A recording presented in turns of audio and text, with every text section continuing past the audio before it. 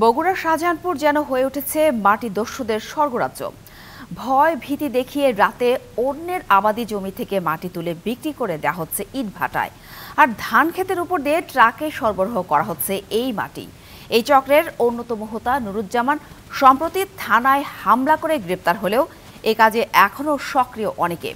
তাদের বিরুদ্ধে দ্রুত ব্যবস্থা নেওয়ার দাবি ভুক্তভোগীদের।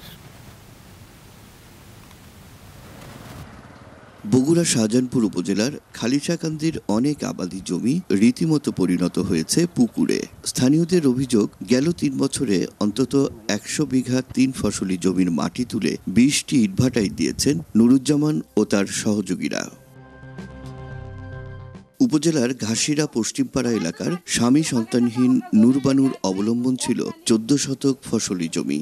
সেই জমির মাটি কেটে বিক্রি করে দেয় এখন নূরবানুর জীবন চলছে ভাই বোনদের দয়ায়।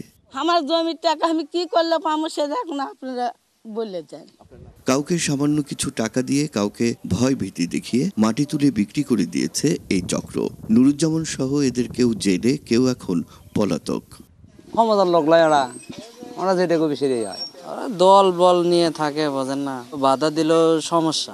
কেবল খালিশাকান্দি নয়, বিভিন্ন এলাকায় ফসলি জমির মাটি কেটে সরবরাহ করা হয় রাতভর। বিস্তীর্ণ ধান ক্ষেত নষ্ট করে মাটির ট্রাক চলাচলের জন্য সড়কও বানিয়েছে মাটি দস্যুরা। ওয়ালটন ফ্রিজ কিনে অনেকের মতো আপনিও হয়ে যেতে পারেন মিলেনিয়াল। সেরা পণ্যের সেরা অফার। টেরা কাটতে হিসাব নেই, আর কে এখন ২-৩-৪ টাকা লাগাবে। যদি এটা নেমো তো ওই ৮ থেকে মনে করে শেষ। মেলা উঁচু আসলো, এখন সাপড়কে মাটি বেঁধে সাপড় গাড়ি যায়। উপজেলা জুড়ে ৩০টিরও বেশি ইটভাটা, এর বেশিরভাগই আবাদি জমির উপর অবৈধভাবে গড়ে তোলা। কেবল শাহজাহানপুরেই বছরে সরবরাহ করা হয় অন্তত ১,২০,০০০ গাড়ি মাটি। একজনের থেকে মাটি হয় না তো, আমরা কিনে এলে ওরা এখন কী করে, কীভাবে কাটে দেয়, কীভাবে আনি, কীভাবে যায়, ওরা গাড়ি দেয়, আনে দেয়, আমরা ভাড়া তুলে আমরা ভাড়ার মাটি কাটি। অবৈধ মাটি ব্যবসায়ীদের তালিকা সহ প্রশাসনে দিয়েও কোনো প্রতিকার মেলেনি বলে অভিযোগ স্থানীয় জনপ্রতিনিধির। মাটি ব্যবসায়ীদের একটা তালিকা প্রশাসন থেকে চাওয়া হয়েছিল ইতিপূর্বে, আমি সেই তালিকা দিয়েছিলাম। তালিকা নিচে নেওয়ার পরে আর তেমন কোনো ব্যবস্থা করা হয়নি। তবে নিয়মিত অভিযান চালানো হয় জানিয়ে অবৈধ মাটি ব্যবসায়ীদের বিরুদ্ধে দ্রুত ব্যবস্থা নেওয়ার আশ্বাস জেলা প্রশাসনের।